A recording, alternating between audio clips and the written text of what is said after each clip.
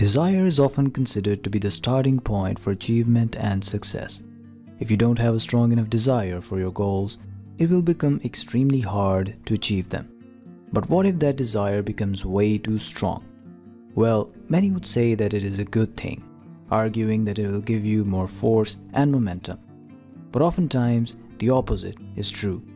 When you want something above a certain level and you don't know how to channel that energy, such desire can easily turn into desperation, greed, and other forms of vices. Let's take a look at what happens when you want something a little too much.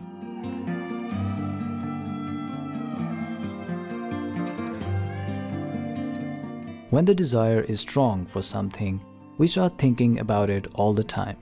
When this happens, our imaginations run wild and start projecting more and more positives onto that thing. In other words, we start to idealize it in a way that it eludes us. If it is a position that we want, we keep thinking about the associated benefits and the clout we may get from that position.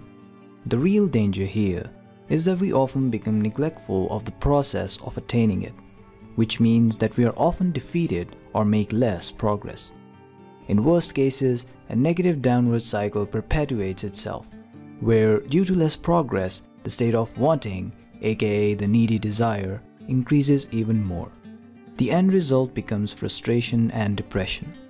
A point comes where the person becomes so overwhelmed that they cannot even get out of the bed in the morning.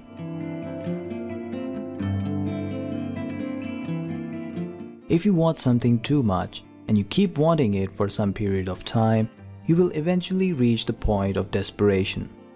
Desperation is not a good thing. It negatively impacts the person in many different ways. First, it makes you emotionally weak. Second, it gives you a negative aura, which can make you vulnerable to other people's schemes. If it is a thing you want for a payment, you will be charged more. If it is a person you're chasing, you will be ignored more and more. As you can see, desperation and disrespect go hand in hand.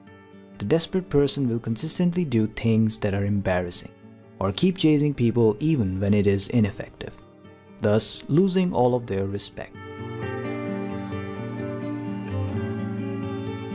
Life is an endless list of problems.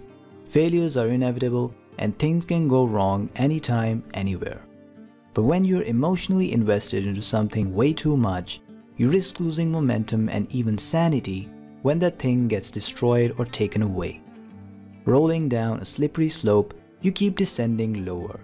And even when you do manage to get back up again, all it takes is a simple reminder to unsettle you again.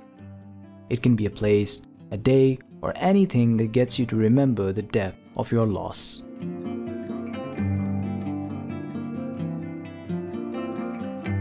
As far as interpersonal relationships are concerned, too much desire for any particular person is always repelling. In dating and seduction, there must come a point where you withdraw yourself from the person that you desire and give them the chance to chase you instead. But if you want them a little too much than you should, this will make things very difficult. Similarly, in any form of negotiation or business deal, no matter how big or small, you must follow the golden rule, that is, revealing less interest in what the other person has to offer. And of course, it will be super difficult if your excitement is way too much, or you want that deal to be signed a little too much for whatever reason.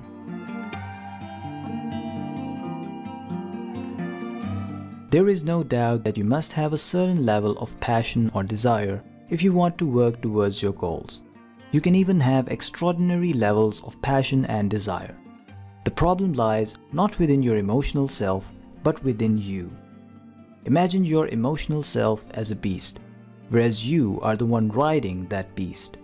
Having normal levels of passion or desire means that the beast you're riding is a normal, easily controllable horse. You can ride it as you wish and do not need to exert much effort on it.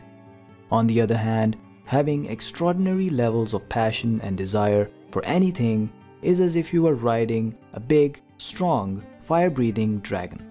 Now, it will be extremely difficult for you to control it. It will require more effort, more willpower, and you will also need to be more creative. Simply put, You as a rider must become a stronger, smarter person. If you fail, you will become a slave to the dragon and will descend into the pitiful state of wanting.